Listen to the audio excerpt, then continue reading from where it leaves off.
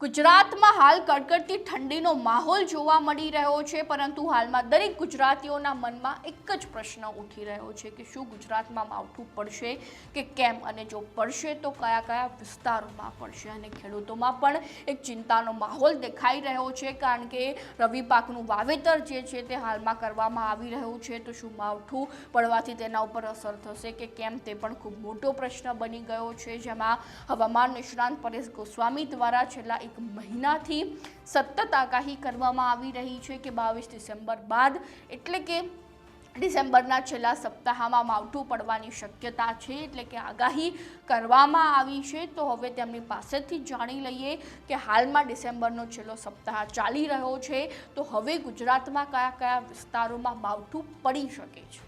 તમામ વિસ્તારોની અંદર અત્યારે નોર્મલ પવનની સ્પીડ રહેશે અને પવન મુખ્યત્વે છે ઉત્તર અને ઉત્તર પૂર્વના રહેશે। કોઈ વિસ્તારો એવા હશે કે જ્યાં ઉત્તર પશ્ચિમના પવનો જોવા મળી શકે। જ્યાં જ્યાં ઉત્તર પશ્ચિમના પવનો કદાચ જોવા મળશે ત્યાં એ વિસ્તારની અંદર ઝાકળ વરસાદનું પ્રમાણ જોવા મળી શકે છે। એટલે આવનારા દિવસમાં કહી શકાય કે ડિસેમ્બરનું આ છેલ્લું અઠવાડિયું ચાલુ થયું છે, છેલ્લા અઠવાડિયાની અંદર છૂટાછવાયે અમુક વિસ્તારની અંદર ઝાકળ આવી શકે। દરેક વિસ્તારની અંદર નહીં આવે, પણ અમુક વિસ્તારની અંદર નોર્મલ સામાન્ય ઝાકળનું પ્રમાણ જોવા મળે તેવી શક્યતાઓ છે અને પવનની સ્પીડ આ નોર્મલ રહેવાની છે। એ સાથે ઠંડીની વાત કરવા જઈએ તો આમ તો ડિસેમ્બર ચાલુ થયો ત્યારથી સારી એવી ઠંડીનો માહોલ આપણે અનુભવી રહ્યા છીએ અને એક પ્રકારે ડિસેમ્બર મહિનામાં જે ઠંડી હોવી જોઈએ એ જ પ્રકારની ઠંડી અત્યારે આપણે જોવા મળી રહી છે। અને અત્યારે જોવા જઈએ તો ઠંડી છે એ ફરીથી પાછોમાં વધારો પણ થયો છે। વચમાં ગયા 3-4 દિવસ માઇનોર 1 થી 1.5 ડિગ્રીનો આપણે થોડો ફાયદો થયો હતો। 1 થી 1.5 ડિગ્રી તાપમાન ઊંચું આવ્યું હતું અને ઠંડીમાંથી થોડીક રાહત મળી હતી, પણ ફરીથી પાછો ઠંડીનો માહોલ યથાવત થઈ ગયો છે અને આ ઠંડી હજી કન્ટિન્યુ રહેવાનું છે સંપૂર્ણ ડિસેમ્બર મહિનો, એટલે કે 31 ડિસેમ્બર સુધી ઠંડી કન્ટિન્યુ જ રહેવાની છે, કોઈ રાહત મળવાની નથી। હા, ડિસેમ્બર બાદ જે જાન્યુઆરી મહિનો છે એ મહિનાની અંદર તો ખૂબ તીવ્ર ઠંડી પડવાની છે, જે આપણે કોલ્ડ વેવના રાઉન્ડની વાત કરતા હોય। અત્યાર સુધી આપણે જોયું એ નોર્મલ ડિસેમ્બરની ઠંડી જોઈ છે, હજુ કોઈ સારો કોલ્ડ વેવનો રાઉન્ડ આપણે જોવા મળ્યો નથી, પણ આવનારા સમયની અંદર એટલે કે જાન્યુઆરી મહિનાની અંદર કોલ્ડ વેવના રાઉન્ડો જોવા મળે તેવી પણ શક્યતાઓ છે। એટલે જાન્યુઆરી મહિનાના જે શરૂઆતના 15 દિવસ હશે, 1 થી 15 જાન્યુઆરીનું સેશન, તેમાં તીવ્ર ઠંડીનો આપણે અનુભવ કરવાનો છે અને તમામ રેકોર્ડો તોડી નાખે ને એ ટાઈપની ઠંડી છે હવે આપણે જાન્યુઆરી મહિનામાં જોવા મળશે। જોકે એ વિશેની આપણે આગળ વાત કરશું। અત્યારે વાત કરવાની છે માવઠાના વરસાદ વિશેની। આમ જોવા જઈએ તો ઘણા સમયથી અમે આપને એક આગોતરું અનુમાન આપતા હતા કે ડિસેમ્બરના છેલ્લા અઠવાડિયામાં માવઠું થવાનું છે। આજે એ સમય આવીને ઊભો રહ્યો છે અને હવે આપણે જે માવઠું થવાનું છે, કયા વિસ્તારમાં માવઠું થવાનું છે એની ચોક્કસથી માહિતી આપવાની છે। પણ સૌપ્રથમ તો હું આપને એ જણાવી દઉં કે અત્યારે જે આ માવઠું થવાનું છે એનું 2 કારણ છે।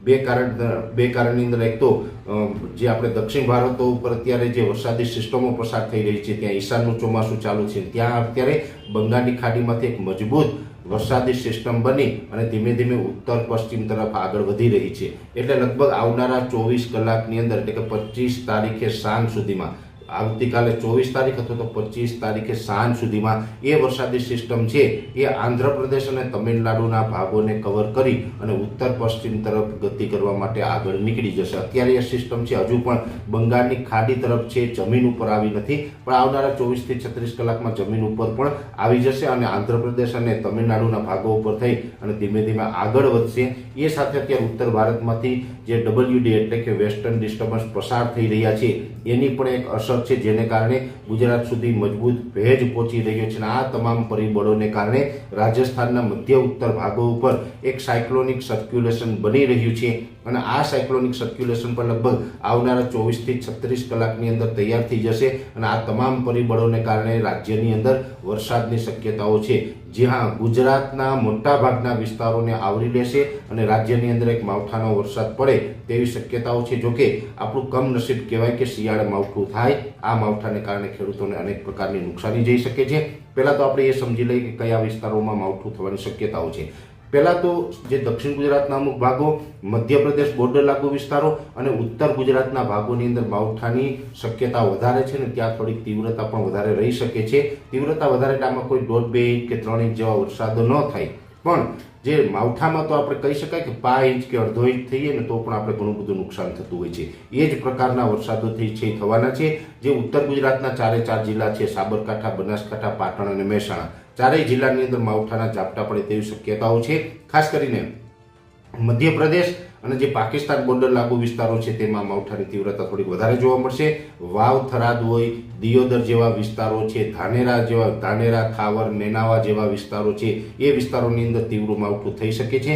એ સાથે જોવા જઈએ તો પાંથાવાડા છે અથવા તો જે ઇકબાલગઢ છે, અમીરગઢ છે, ઈડર વડાલી જેવા વિસ્તારો છે, આ તમામ વિસ્તારોમાં પણ તીવ્ર માવઠું જોવા મળે તેવી શક્યતાઓ માની રહ્યા છે. એટલે ઉત્તર ગુજરાતના જે રાજસ્થાન પાકિસ્તાન બોર્ડર લાગુ વિસ્તારમાં પણ તીવ્ર માવઠું થશે અને સાબરકાંઠા, બનાસકાંઠા અને પાટણ, મહેસાણાના બીજા વિસ્તારોમાં પણ માવઠું થવાની શક્યતાઓ છે. આ માવઠું છે એ તારીખ 25 થી, એટલે કહી શકાય કે હવે 24 થી 36 કલાકમાં 25 થી લઈ અને 28 તારીખ સુધી આ માવઠાની આપણે અસર જોવા મળી તેવી શક્યતાઓ છે. એ પછી 29 તારીખથી રાજ્યનું હવામાન છે ફરીથી ખુલ્લું થઈ જશે, પણ ત્યાં સુધી રાજ્યના અનેક વિસ્તારોમાં કાંટાવાદળ થઈ જશે અને એ 25 થી 27-28 તારીખ સુધી માવઠું થવાનું છે. એમાં ઉત્તર ગુજરાતના ભાગોમાં તો થવાનું છે.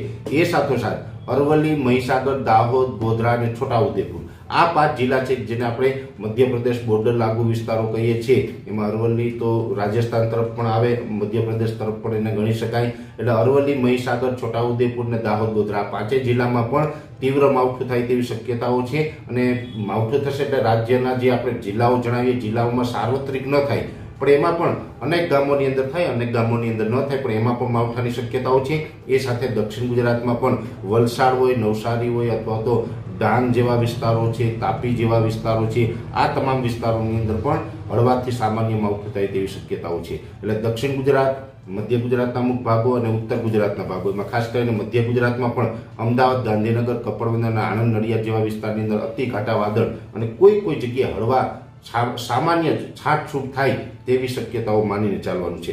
સૌરાષ્ટ્રની અંદર જોવા જઈએ તો સૌરાષ્ટ્રમાં બહુ ખતરો નથી, છતાં પણ સુરેન્દ્રનગરમાં ક્યાંક હળવા છાંટા પડી જશે. એ સાથે બોટાદ, ભાવનગર અને અમરેલીના અમુક વિસ્તારોની અંદર છાંટછૂટ થાય તેવી શક્યતાઓ છે. જોકે અમરેલી, ભાવનગર, બોટાદ અને સુરેન્દ્રનગર આમાં તીવ્ર માવઠાની શક્યતાઓ નથી, પણ ચોક્કસથી એટલું કહી શકાય કે ઝાપટાઓ છે એકદમ સામાન્ય ઝાપટાઓ છે, પણ એ પડી શકે છે. સૌરાષ્ટ્રના બીજા વિસ્તારોમાં બહુ ખતરો નથી, પણ વધારે પડતા ઘાટા વાદળ થવાના છે. અને વધારે પડતા ઘાટા વાદળ થયા હોય અમુક જગ્યાએ, કોઈ જગ્યાએ એકલ દોકલ 1-2 ગામમાં, 5 ગામમાં ઝાપટા પડી જાય તો એ અપવાદરૂપ રહેશે, પણ બીજા વિસ્તારોમાં શક્યતા નથી. કચ્છની વાત કરવા જઈએ તો કચ્છમાં પણ મોટા ભાગના વિસ્તારોની અંદર વાદળછાયું વાતાવરણ જોવા મળશે અને કચ્છની અંદર એકદમ છૂટાછવાયા હળવા સામાન્ય ઝાપટા જોવા મળી શકે છે. જેમાં ખાસ કરીને બાલાસર આસપાસનો વિસ્તાર છે, ધોળાવીરા આસપાસનો વિસ્તાર છે, એમાં પણ છાંટછૂટ થઈ શકે છે. રાપર તાલુકો એટલે કે વાગડ વિસ્તાર છે, એમાં પણ છાંટછૂટની શક્યતાઓ છે. રાપર તાલુકાની અંદર રામવાવથી લઈને જે રાપર સુધીના વિસ્તારો હોય, આડેસર સુધીના વિસ્તારો હોય છે, એમાં છાંટછૂટની શક્યતાઓ રહેલી છે. એ સાથે જોવા જઈએ તો જે સામખિયાળી આસપાસનો વિસ્તાર હોય, અમે ચિત્રોડની અંદર હમણાં ખેડૂત મિટિંગ કરીને આવ્યા, તેની અંદર વધારે પડતા ઘાટા વાદળ થશે. ચિત્રોડ હોય કે સામખિયાળીમાં બહુ ઝાપટાઓની શક્યતાઓ નથી.